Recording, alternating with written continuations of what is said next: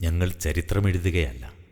ചരിത്രവും ചരിത്രകാരന്മാരും മനഃപൂർവ്വം മറന്നൊരു വസ്തുത പുതുതലമുറയ്ക്കും വരും തലമുറയ്ക്കുമായി കരുതി വയ്ക്കുക മാത്രമാണ്. നീലമ്മ കാര്യമായിട്ട് ഉടുത്തൊരുങ്ങിയിട്ടുണ്ട്.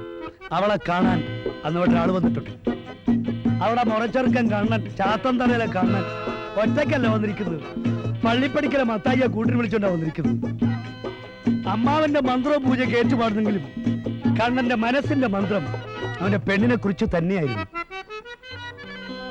എണ്ണക്കറുപ്പുള്ള പെണ്ണെ, എന്റെ മുറപ്പെണ്ണെ, എന്റെ മുറപ്പെണ്ണെ, എണ്ണക്കറുപ്പുള്ള പെണ്ണെ, എന്റെ മുറപ്പെണ്ണെ, എന്റെ മുറപ്പെണ്ണെ, ചോര തുടിക്കും നിൻ ചുണ്ടിൽ സ്വപ്നമീയും കണ്ണിൽ, ചോര തുടിക്കും നിൻ ചുണ്ടിൽ സ്വപ്നമീയും കണ്ണിൽ, നീലച്ചൊരുൾ മുടി വീണടിയും നിതമ്പപ്പൂമാറി, നീലച്ചൊരുൾ മുടി വീണടിയും നിതമ്പപ്പൂമാറി, നീലമ്മേ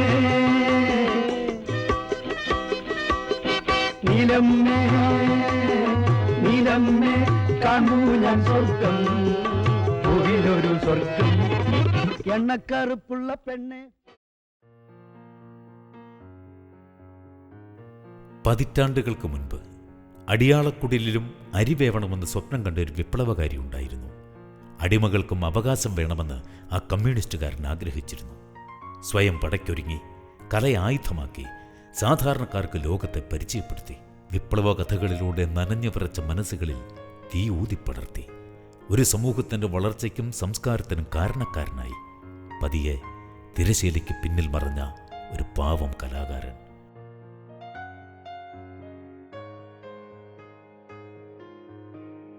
അയിത്തവർഗത്തിനിടയിൽ വിപ്ലവം ഉണർത്തുപാട്ടാക്കിയ ഇദ്ദേഹത്തെ ചരിത്രവും ചരിത്രകാരന്മാരും വിസ്മരിച്ചു. സമരം മയിൽപ്പാടകലെ നോക്കി നിന്നവരും കേട്ടറിഞ്ഞവരും സമരനായകന്മാരായി വാഴ്ത്തപ്പെടുന്ന വർത്തമാനകാലത്തിൽ ജീവിതാന്ത്യം വരെ പടവെട്ടിയ യോദ്ധാവിൻ്റെ ഓർമ്മകൾ പോലും നിഷേധിക്കുകയും സ്മരണകളെ കല്ലെറിയുകയും ചെയ്യുന്നു. ആരാണ് ഈ വി സാംബശിവൻ എന്ന പുതിയ തലമുറയുടെ ചോദ്യത്തിന് അവർക്കറിയാത്ത ചില ഉത്തരങ്ങൾ കൂടിയുണ്ട്. ചകിരി തല്ലി കുടുംബത്തിൻ്റെ അടുപ്പ് പുകയ്ക്കുമ്പോഴും വിദ്യ നേടണമെന്ന അതിയായ ത്വര, പഠിക്കാൻ പണമില്ലാത്തവൻ ചകിരിയിൽ വിധി തല്ലി തീർക്കുമെന്ന് നാടൊട്ടുക്ക് സ്തുതി പറഞ്ഞപ്പോഴും പഠിക്കാനായി തല്ലിയ ചകിരിയിൽ കുടുംബത്തിൻ്റെ വിശപ്പടക്കി, മിച്ചം വയ്ക്കാൻ ഒന്നുമില്ലാതായപ്പോഴും മനസ്സിൽ വിദ്യ നേടണമെന്ന വാശിയായിരുന്നു. ഒടുവിൽ പഠനച്ചെലവിന് കണ്ടെത്തിയ വഴി ചരിത്രമായി. കവർന്നെടുത്തുവോ കാർമേഘം കാർക്കുഴലിൽ നീലിമയാൽ, കവർന്നെടുത്തുവോ കാർമേഘം കാർക്കുഴലിൽ നീലിമയാൽ. എന്തിനും കുറ്റം കണ്ടുപിടിക്കുന്ന കാളിപതൻ എഴുന്നേറ്റടുത്തിയൊന്നു. എന്താ പേര്? എന്റെ പേര് കുന്തിഗുഹ. കവർന്നെടുത്തുവോ കാർമേഘം കാർക്കുഴലിൽ നീലിമയാൽ, ഇന്ദുമുഖീനിൽ ചില്ലികളാവാൻ ഇന്ദ്രധനുസിൽ പണിതേന്നില്ല, ഇന്ദുമുഖീനിൽ ചില്ലികളാവാൻ ഇന്ദ്രധനുസിൽ പണിതേന്നില്ല.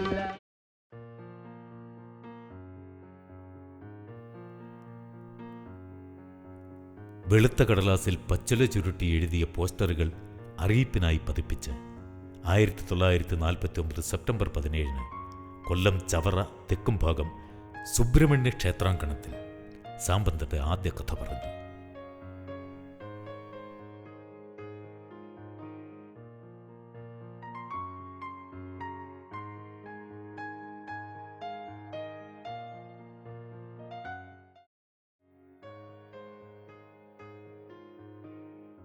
കഥ കേൾക്കാൻ തടിച്ചുകൂടിയ ജനക്കൂട്ടത്തോട് സാമ്പൻ ഇങ്ങനെ പറഞ്ഞു: എനിക്ക് പഠിക്കാൻ ആഗ്രഹമുണ്ട്, അതിന് പണം വേണം.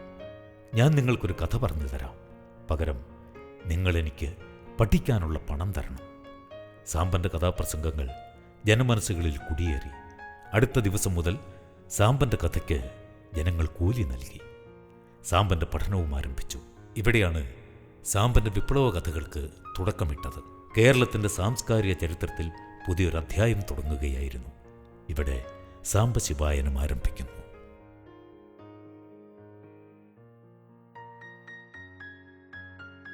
കഥാപ്രസംഗവേദിയിൽ ആദ്യമായി ഒരു വിദേശ കഥ അവതരിപ്പിക്കുന്നത് സാംബശിവനായിരുന്നു.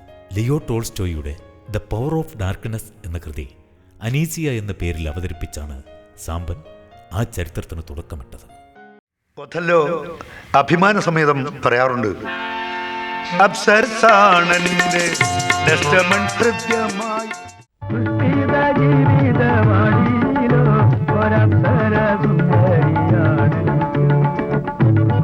ആരാധകരില്ലാത്ത വനിതൻ ആരോമൽ നായികയാണ്.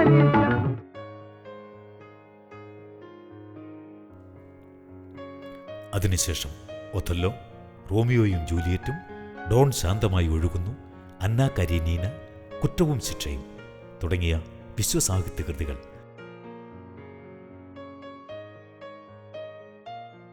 സാധാരണ ജനങ്ങൾ തിങ്ങി നിറഞ്ഞ സദസ്സിൽ അവതരിപ്പിച്ച് വിജയിപ്പിച്ചു.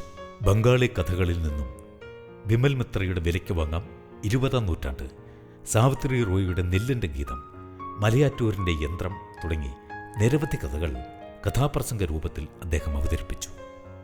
1953 അവതരിപ്പിച്ച തൻ്റെ സതീർത്ഥനായ വയലാറിൻ്റെ ആയിഷയും തിരുനെല്ലൂർ കരുണാകരൻ്റെ റാണിയും അദ്ദേഹത്തിൻ്റെ കഥാവേദികളെ കൂടുതൽ ഉയരങ്ങളിലെത്തിച്ചു.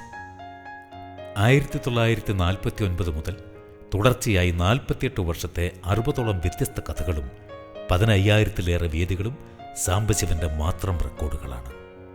സാംബശിവന്റെ കഥകളും അവയിലെ ഗാനങ്ങളും അവയുടെ സംഗീതവും നിർവഹിച്ചിരുന്നത് അദ്ദേഹം തന്നെയായിരുന്നു. സിംഗപ്പൂർ, മലേഷ്യ, USA, ഗൾഫ് രാജ്യങ്ങൾ തുടങ്ങി ലോകത്ത് മലയാളികൾ ഉള്ള സ്ഥലങ്ങളിലെല്ലാം കഥ പറഞ്ഞിട്ടുള്ള സാംബശിവൻ അർത്ഥം, ദിവ്യതീർത്ഥം എന്നീ നോവലുകളും കഥാപ്രസംഗ കലാവിദ്യ, കഥാവേദിയുടെ കാൽച്ചിലമ്പൊലി എന്നീ പഠനങ്ങളും, കഥാപ്രസംഗം അമേരിക്കയിൽ എന്ന യാത്രാ വിവരണവും, 20 കഥകളിൽ നിന്ന് എന്ന ഗാനസമാഹാരവും പ്രസിദ്ധപ്പെടുത്തിയിട്ടുണ്ട്. ഒരോണക്കാലത്തെങ്കിലും സാമ്പാറിൽ വെണ്ടയ്ക്ക തിളയ്ക്കുന്നതും പപ്പടം പൊരിക്കുന്നതും കോടിമുണ്ടുടുക്കുന്നതും സ്വപ്നം കണ്ടിരുന്ന സാധാരണക്കാർ വാഴ്ന്നിരുന്ന കാലം. നല്ല ഭക്ഷണം ജീവിതത്തെ സംഭവമാക്കണമെന്ന സ്വപ്നം സാധാരണക്കാർക്കിടയിൽ വാരിവിതറി. അവരുടെ ചിന്തകളിൽ വിപ്ലവ സ്ഫോടനം അദ്ദേഹം നടത്തി. പ്രബുദ്ധ കേരളത്തിൻ്റെ സൃഷ്ടിയുടെ കാരണങ്ങളിൽ ഒന്നായി അത് മാറി. KPSCയിലും അദ്ദേഹം അഭിനേതാവായി എത്തിച്ചേർന്നു. നിങ്ങളെന്നെ കമ്മ്യൂണിസ്റ്റാക്കി എന്ന നാടകത്തിൽ 100-ലേറെ വേദികളിൽ സാമ്പൻ അഭിനയിച്ചു. KPSCയെപ്പോലെ അല്ലെങ്കിൽ അതിലും ആർജവത്തിലായിരുന്നു വിപ്ലവ കേരളത്തിൻ്റെ കാരണക്കാരനായ സാമ്പൻ്റെ ഒറ്റയാൾ പോരാട്ടം. ബി കാർത്തികൻ എന്ന് പറയുന്നൊരു സഖാവ് ഉണ്ടായിരുന്നു. അദ്ദേഹം കുഷ്ഠരോഗിയായി മരിച്ചത്. വേലിക്കെട്ടി പാസരമില്ല, പേരത്താഴത്തിയാണ് നടത്തണമില്ല. അപ്പോൾ ഇവരെല്ലാം അടങ്ങുന്ന അവരുടെ കൂടെയാണ്, അവരോടൊപ്പമാണ് സാംബശിവനുള്ള സ്ഥാനം അവിടെ. അപ്പോൾ അവിടെ നാട്ടുപ്രമാണിത്വമായിട്ട് ഏറ്റുമുട്ടുന്ന പാർട്ടിയാണ്, ശക്തിയായ പാർട്ടിയാണ്. അന്ന് അവിടെ ഒരു വലിയ സമ്മേളനം വെച്ചു. PT പുന്നൂസൊക്കെ ആണെന്നാണ് എൻ്റെ ഓർമ്മ വരുന്നത്. ഞാനന്ന് കുട്ടിയാണ്, എനിക്ക് 10-15 വയസ്സേ ഉള്ളൂ. ഞാൻ ആ യോഗ സ്ഥലത്ത് പോയി, നേതാക്കന്മാരെ കാണാൻ പോയി. അന്ന് എൻ്റെ മനസ്സിൽ സാമ്പൻ സാറിനെ കാണണം, ഞാൻ കണ്ടിട്ടില്ല. അവിടെ ചെന്നപ്പോഴാണ് അന്ന് സുമുഖനായൊരു നല്ല ചെറുപ്പക്കാരൻ, സുന്ദരനായൊരു ചെറുപ്പക്കാരൻ. അങ്ങനെ കണ്ടപ്പോഴാണ് ഞാൻ നോക്കി നിന്നു അദ്ദേഹത്തെ കുറച്ച് നേരം. അത് ജനങ്ങളുടെ ഹൃദയത്തിൽ അത്ര കണ്ട് ഇങ്ങനെ ആവേശം കൊള്ളിക്കുന്ന സമയമാണ്. സാമ്പൻ സാർ വരുന്നു എന്ന് പറഞ്ഞാൽ ആയിരങ്ങളല്ലേ കൂടുക. അത് ഹർഷാരവത്തോടുകൂടി അല്ലേ അദ്ദേഹത്തിൻ്റെ പ്രസംഗം കേൾക്കുക. സദാവതൻ ആ കോടീശ്വരൻ്റെ കൊട്ടാരത്തിൽ നിന്ന് ഇറങ്ങി ചെന്ന് കാർ സ്റ്റാർട്ട് ചെയ്തു. 10ാമത്തെ നിലയിലേക്ക് ഒന്നുകൂടെ കണ്ണോടിച്ചു. കേട്ടില്ലേ കുത്തക മുതലാളിയുടെ ഉപദേശം, 2000 രൂപ ശമ്പളം തന്നുള്ള ഉപദേശം. ദർശനങ്ങൾ മറക്കൂ, ദാർശനികന്മാരെ മറക്കൂ, ദർശനങ്ങൾ മറക്കൂ, ദാർശനികന്മാരെ മറക്കൂ, മാനവധർമ്മോപദേശങ്ങൾ അരുളിയ മാന്യ ഗുരുവിനെ മറക്കൂ, മാനവധർമ്മോപദേശം മാന്യ ഗുരുവിനെ മറക്കൂ, മറക്കൂ, നീ മറക്കൂ, മഹത് വചനങ്ങളെ മറക്കൂ, നിൻ മനസ്സിൽ സഹതാപാഗ്രത നിറയ്ക്കും മഹത്വചനങ്ങളെ മറക്കൂ നീ മറക്കൂ.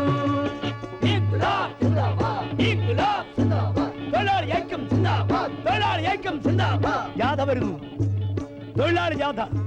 സദാവതൻ കാർ നിർത്തി, അയാൾ താഴെ ഇറങ്ങി. ജാഥ കടന്നു പോകുന്നു. ഞാൻ വായിച്ചു പഠിച്ചതൊക്കെ അവർ ജീവിതത്തിൽ പ്രായോഗമാക്കുന്നു. ഈ ജാഥയുടെ കാലടി ശബ്ദമല്ലേ എന്റെ ഹൃദയത്തുടിപ്പുകൾ? അങ്ങനെയുള്ള എന്നോടാണ് ഒരു കുത്തവനാളി ഉപദേശിക്കുന്നത്, 2000 രൂപ തന്നിട്ട് ഉപദേശിക്കുന്നത്. മറക്കൂ മനുഷ്യോദ്ധാരണ കാഹളം മനീഷ ചിന്തകൾ മറക്കൂ മനുഷ്യോദ്ധാരണ കാഹളം മനീഷ ചിന്തകൾ മറക്കൂ നീ മറക്കൂ മഹത്വചനങ്ങളെ മറക്കൂ. നിൻ മനസ്സിൽ സഹതാപാഗ്രത നിറയ്ക്കും മഹത്വചനങ്ങളെ മറക്കൂ നീ മറക്കൂ നീ മറക്കൂ. ഈ രാജ്യത്ത് വരുത്തിയ മാറ്റം ഒന്ന്, ജന്മിത്വം അവസാനിച്ചു. നാട്ടുപ്രമാണിത്വത്തിന് അറുതി വരുത്തി. അതിനെ സംരക്ഷിച്ച ഭരണകൂടത്തിനും തകർച്ചയുണ്ടായി. അതിലെല്ലാം സാമ്പൻ സാറിൻ്റെ കഥാപ്രസംഗം, ONV-യുടെ ഗാനങ്ങൾ, കെ ജോർജിൻ്റെയും സുലോചനയുടെയും പാട്ട്, നിങ്ങൾ തന്നെ കമ്മ്യൂണിസ്റ്റാക്കിയ നാടകം KPSC. അപ്പോൾ ആ നാടകത്തിന് പാട്ട് എഴുതുന്നത് ONV-ആണല്ലോ. ഇതിൻ്റെ എല്ലാം ഒരു സംയോജനം എന്ന് പറയുന്നത് ശരിക്കും പറഞ്ഞാൽ നാട്ടുപ്രമാണിത്വത്തിനെതിരാണ്, ജന്മിത്വത്തിനെതിരാണ്. അപ്പം നാട്ടുപ്രമാണിത്വത്തെയും ജന്മിത്വത്തെയും അതിന് സംരക്ഷണം കൊടുത്ത ഭരണകൂടത്തെയും വിരളി പിടിപ്പിക്കത്തക്ക തരത്തിൽ കമ്മ്യൂണിസ്റ്റുകാരായ വിപ്ലവകാരികളുടെ പ്രവർത്തനത്തിന് ആവേശം പകർന്നത് പ്രധാന പങ്ക് വഹിച്ച ആളാണ് സാമ്പൻ സാറ്.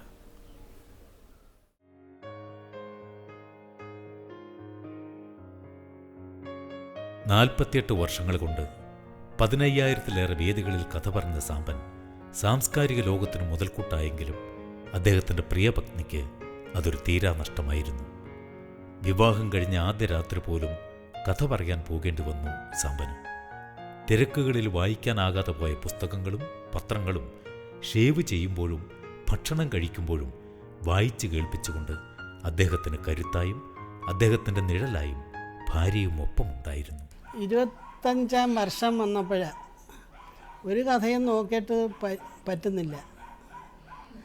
അത് തൻ്റെ ആദർശങ്ങളുമായിട്ട് പൊരുത്തപ്പെടുന്ന ഒരു പ്രമേയമാണെങ്കിൽ അത് എടുക്കും. അവിടെ അങ്ങനെ ഒരു ഇതുണ്ട്. അപ്പോൾ എന്നിട്ട് എടുത്തിട്ട് വായിച്ചു തീർന്നിട്ട് ഒന്നും ശരിയാവുന്നില്ല. അപ്പോൾ ഞാൻ ഈ MN സത്യാർത്ഥി വിലയ്ക്ക് വാങ്ങാം, അത് ഇങ്ങനെ പ്രസിദ്ധീകരിക്കുന്ന സമയം ജനയുഗം വാരികയില്ല, അത് വീട്ടിൽ വരും. എന്നാൽ ജനയുഗം പത്രം ഉള്ളത്, അതിൻ്റെ കൂടെ വീക്കിലിയും വരും. അപ്പോൾ എല്ലാ ആഴ്ചയിലും സമയം കിട്ടുമ്പോഴെല്ലാം ഞാൻ അത് ഫോളോ ചെയ്യും. വിലയ്ക്കു വാങ്ങാം പ്രേമം, വിലയ്ക്കു വാങ്ങാം സ്നേഹം. തെരുവിലൊരു പാട്ട് കേൾക്കുന്നു, കുറേ ആളും കൂടി നിൽക്കുന്നു. ദീപവും കിരണനും അങ്ങോട്ട് ചെന്നു. ആളുകളെ തള്ളി മാറ്റി അകത്ത് കയറി ചെന്നപ്പോൾ ഒരു വൃദ്ധൻ താടി വളർത്തി തലപ്പാവ് വെച്ചൊരു മൂപ്പിൽ ഒരു ഹാർമോണിയം കെട്ടി കഴുത്തിലിട്ട് വായിക്കുന്നു, പാടുന്നു. മൂപ്പിലാൻ്റെ മകളാണ്. ഒരു പെണ്ണ് നൃത്തം ചെയ്യുന്നു. ചുറ്റും കുറേ ചെറുപ്പക്കാർ കൂടിയിട്ടുണ്ട്.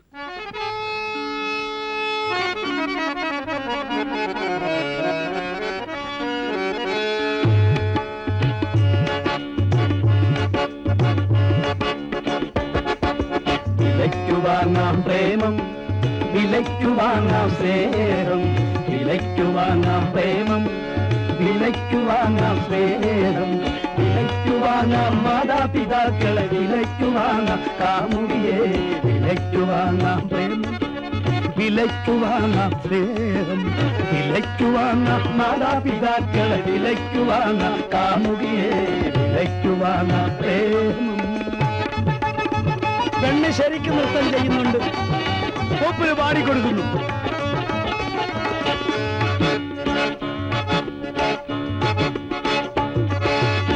നിയമം വിലയ്ക്കു വാങ്ങാം, നീതിപാലകനെ വാങ്ങാം. നിയമം വിലയ്ക്കു വാങ്ങാം, നീതിപാലകനെ വാങ്ങാം. ജനകീയം പൊടിപാറ്റും മന്ത്രിയെ വിലയ്ക്കു വാങ്ങാം. ജനകീയം പൊടിപാറ്റും മന്ത്രിയെ വിലയ്ക്കു വാങ്ങാം. വാങ്ങാം വിലയ്ക്കു വാങ്ങാം പ്രേമം, വിലയ്ക്കു വാങ്ങാം സ്നേഹം, വിലയ്ക്കു വാങ്ങാം മാതാപിതാക്കളെ, വിലയ്ക്കു വാങ്ങാം കാമുകിയെ, വിലയ്ക്കു വാങ്ങാം പ്രേമം. പെണ്ണ് ശരിക്കും ഓടി കളിക്കുന്നുണ്ട്, ഇടയ്ക്കിടയ്ക്ക് അവള് കൈ നീട്ടുന്നു. ചെറുപ്പക്കാരുടെ നേര് ചിലവന്മാര് കാശ് വെച്ചു കൊടുക്കുന്നു, ചിലരവിടെ കയ്യിലൊന്നും ചൊറിയും കൂടെ ചെയ്യുന്നുണ്ട്. സ്വർഗം വിലയ്ക്കു വാങ്ങാം, സ്വാർത്ഥത്തിന്റെ നുകരാം. സ്വർഗം വിലയ്ക്കു വാങ്ങാം, സ്വാർത്ഥത്തിന്റെ നുകരാം. സ്വകാര്യ സ്വത്തിൽ പർവ്വതമുകളിൽ സ്വന്തം കൊടികൾ ഉയർത്താം. സ്വകാര്യ സ്വത്തിൽ പർവ്വതമുകളിൽ സ്വന്തം കൊടികൾ ഉയർത്താം. വാങ്ങാം വിലയ്ക്കു വാങ്ങാം പ്രേമം, വിലയ്ക്കു വാങ്ങാം പ്രേമം, വിലയ്ക്കു വാങ്ങാം മാതാപിതാക്കളെ, വിലയ്ക്കു വാങ്ങാം കാമുകിയെ, വിലയ്ക്കു വാങ്ങാം പ്രേമം, വിലയ്ക്കു വാങ്ങാം സ്നേഹം, വിലയ്ക്കു വാങ്ങാം മാതാപിതാക്കളെ, വിലയ്ക്കു വാങ്ങാം കാമുകിയെ, വിലയ്ക്കു വാങ്ങാം പ്രേമം. 1983 പല്ലാങ്കുഴി എന്ന സിനിമയിൽ നായകനായി അഭിനയിച്ചു സാമ്പൻ. ഒരു കാഥികന്റെ കഥാപാത്രമായിരുന്നു ചിത്രത്തിലേത്. സാംബശിവനെ ഏറെ ആരാധിച്ചിരുന്ന ചിത്രത്തിന്റെ സംവിധായകൻ എം.എൻ. ശ്രീധരൻ ആ കഥാപാത്രത്തെ സാമ്പനെ തന്നെ ഏൽപ്പിക്കുകയായിരുന്നു. ഈ സിനിമയുടെ ഷൂട്ടിംഗ് അദ്ദേഹം ഈ തിരക്കിനിടയിലൊക്കെ കൃത്യമായി വന്ന് സഹകരിച്ചു. ചെറുപ്പം മുതലേ അദ്ദേഹത്തിൻ്റെ കഥ കേട്ടാണ് ഞാൻ വളർന്നത്. കഥാപ്രസംഗം പറയുമ്പോൾ ഉപകഥകൾ ചില പ്രത്യേക സന്ദർഭത്തിൽ കൃത്യമായി അദ്ദേഹം അവതരിപ്പിക്കും.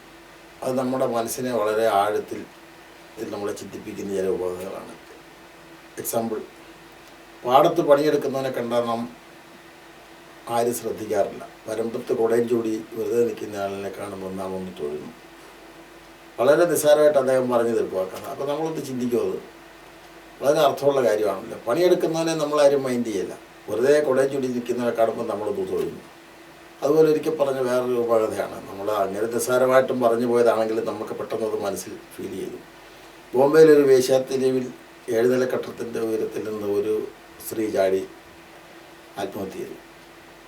ചിതറിക്കിടക്കുന്ന ശവശരീരം പോലീസ് വന്ന് പരിശോധിച്ചു, റിപ്പോർട്ട് തയ്യാറാക്കി.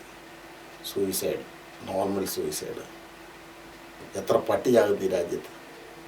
ഒരാൾ ആത്മഹത്യ ചെയ്യുന്ന ആളിന് ജീവിതം വഴിമുട്ടുമ്പോഴാണെന്നുള്ളത് സത്യമാണ്.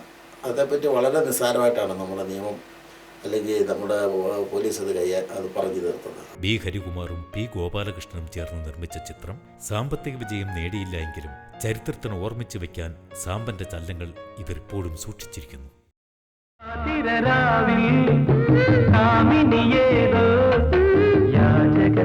പാടിയ പാട്ടു കേട്ടു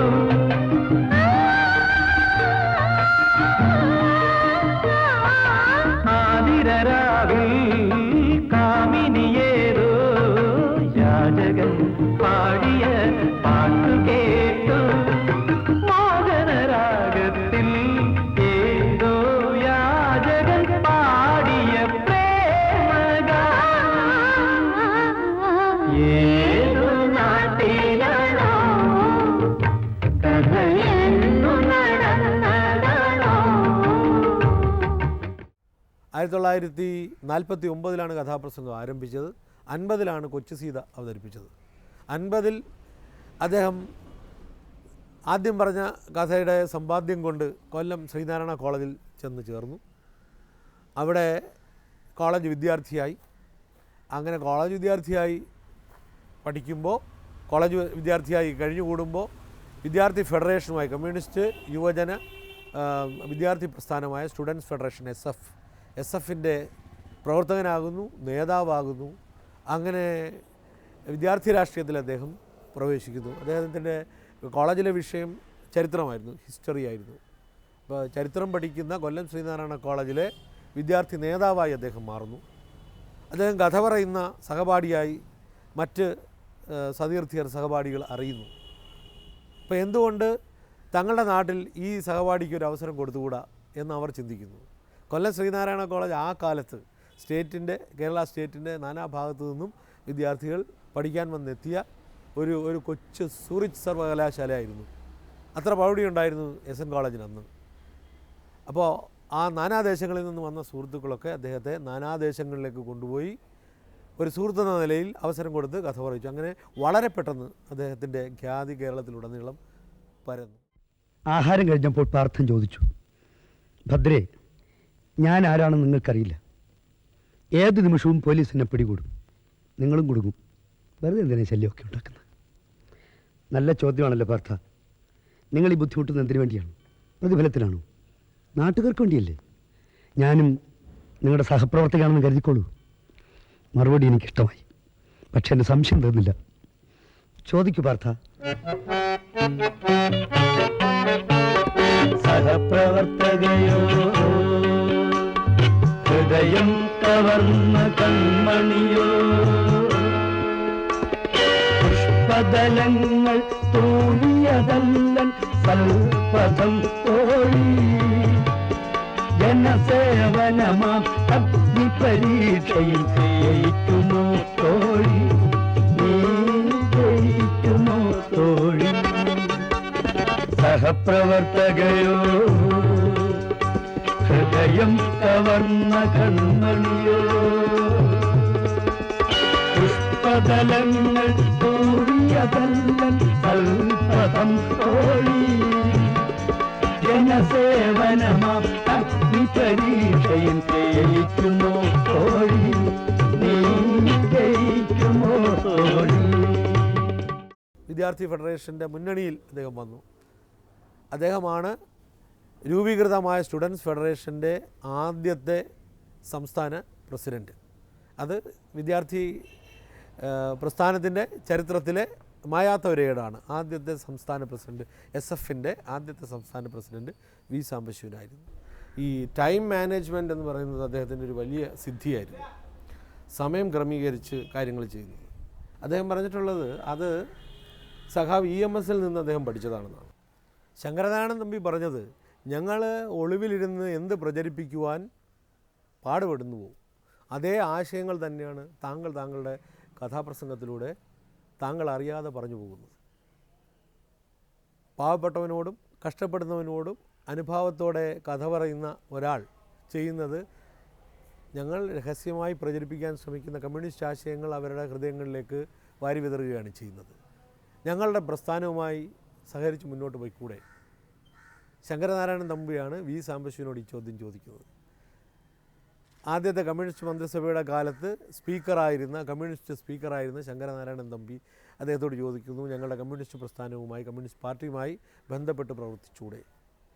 അപ്പോൾ ആശയങ്ങളോട് ഏറ്റവും കൂടുതൽ ആരാധന തോന്നുന്ന ആ യുവാവായിരുന്ന ആ കാലത്ത് അദ്ദേഹം ഈ ക്ഷണം എല്ലാ മനസ്സോടും കൂടി അത് സ്വീകരിക്കുകയാണ് ചെയ്തത്. അങ്ങനെയാണ് അദ്ദേഹം കമ്മ്യൂണിസ്റ്റ് പക്ഷപാതിയാകുന്നതും തുടർന്നുള്ള വർഷങ്ങളിൽ ഈ പാർട്ടി നേതാക്കളുടെ ഒക്കെ നിർദ്ദേശങ്ങൾ സ്വീകരിച്ചുകൊണ്ട് അവരുടെ ക്ലാസ്സുകൾ കേട്ടുകൊണ്ട് അദ്ദേഹം തൻ്റെ കഥാപ്രസംഗം നവീകരിക്കുകയും അതിൽ ഇത്തരം ആശയങ്ങൾ വളരെ കലാസുന്ദരമായി സന്നിവേശിപ്പിച്ച് അവതരിപ്പിക്കുകയും ചെയ്തു. അങ്ങനെ വരുന്ന ഭർത്താവിന് ഞാനെന്താ തിരികെ കൊടുക്കേണ്ടത്? എന്തനൂമൻ പ്രേമവും പ്രാണനും തൻ തിരുവടിക്കേകിയതല്ലയോ, എന്തു കൗതുക വസ്തു ഉണ്ടെന്നു തൻ അന്തരംഗത്തിൽ ആരാഞ്ഞിരുന്നവൾ.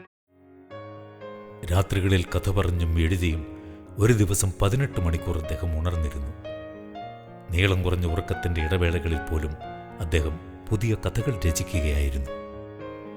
ലോകത്തിലെ വിശ്വസാഹിത്യകൃതികൾ മലയാളത്തിലേക്ക് തർജ്ജമ ചെയ്ത് ഉപകഥകളിലൂടെ കാഴ്ചക്കാരെ രസിപ്പിച്ച് സാമ്പൻ ജനഹൃദയങ്ങളിൽ കുടിയേറി. സാമ്പൻ കഥ പറഞ്ഞിരുന്ന രീതി സമൂഹത്തെ വല്ലാതെ ഭ്രമിപ്പിച്ചു കളഞ്ഞു. ഇതിലൂടെ തന്നെ വിപ്ലവ പ്രസ്ഥാനത്തിൻ്റെ ആശയങ്ങൾ ജനങ്ങളിലെത്തിക്കാൻ സാമ്പന് കഴിഞ്ഞു. ഒരു ജീവിതകാലം മുഴുവൻ സാംസ്കാരിക ലോകത്തിന് വേണ്ടി ജീവിതം ഒഴിഞ്ഞുവെച്ച ആ മനുഷ്യസ്നേഹിയെ ഓർക്കാനെങ്കിലും നമുക്ക് സമയം കണ്ടെത്തിക്കൂടെ? സാമ്പൻ കഥനകലയിൽ മാത്രമല്ല, കേരളത്തിനും നമ്മുടെ സാംസ്കാരിക ചരിത്രത്തിനും സാമൂഹിക പരിവർത്തനത്തിനും എത്രമേൽ മുതൽക്കൂട്ടായിരുന്നുവെന്ന് നാം ചിന്തിക്കണം.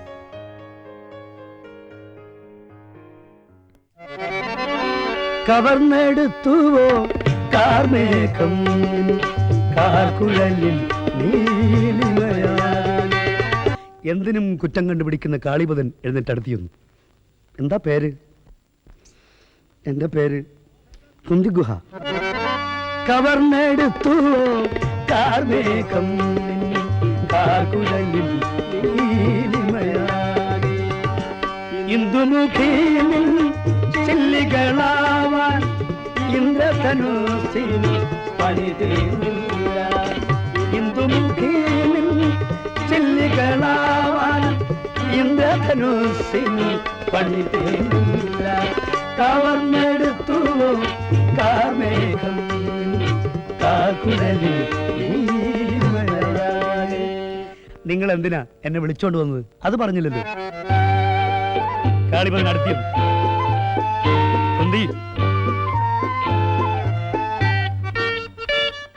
നീലോൽപല നയനങ്ങൾ കനിയും കടാക്ഷത്തിൻ പൂരതീരാൽ.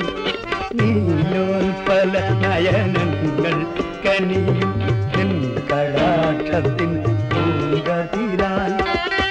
ലക്ഷഭമായി മിന്നൽ കൊടികൾ നീ മന്ദസ്മിത മധു ചൊരിയൂ. ലക്ഷഭമായി മിന്നൽ കൊടികൾ നീ മന്ദസ്മിത മധു ചൊരിയൂ. മിസ് കുന്തിഗുഹ, നിന്നെ ഞങ്ങൾക്ക് ഇഷ്ടമായി. നിന്നെ നാടകത്തിൽ അഭിനയിപ്പിക്കും. പക്ഷേ ഒരു പരീക്ഷണം. നീ സ്റ്റേജിൽ നടന്നാൽ എങ്ങനെ ഇരിക്കുമെന്ന് അറിയാൻ വേണ്ടി മാത്രമാണ്. ഇവിടെ നിന്ന് എഴുന്നേറ്റ് ആ കസേര കിടക്കുന്ന വരെ മെല്ലെ ഒന്ന് നടക്കണം. അവൾ എഴുന്നേറ്റു. സായി മാറും നൂർന്നു വീണു.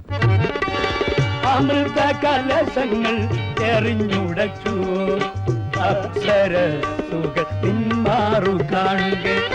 അമൃത കലശങ്ങൾ എറിഞ്ഞുടച്ചു അപ്സരസുകൾ പിന്മാറു കാണുക. അവൾ ആ മുറിക്കകത്ത് അരയന്നപ്പട പോലെ അങ്ങോട്ട് കിടന്ന് നടക്കുന്നു. ഇപ്പോ കാളിപദന്റെ കണ്ണുകൾ അവിടെ നിതംബ ചലനം പരീക്ഷിക്കുന്നു. ചലനം കാണുക പടലങ്ങൾ നിൻ പ്രഥുനിതംബ ചലനം കാണുക പടലങ്ങൾ കവർന്നെടുത്തു കാർമേഘം കാർക്കുഴലിൽ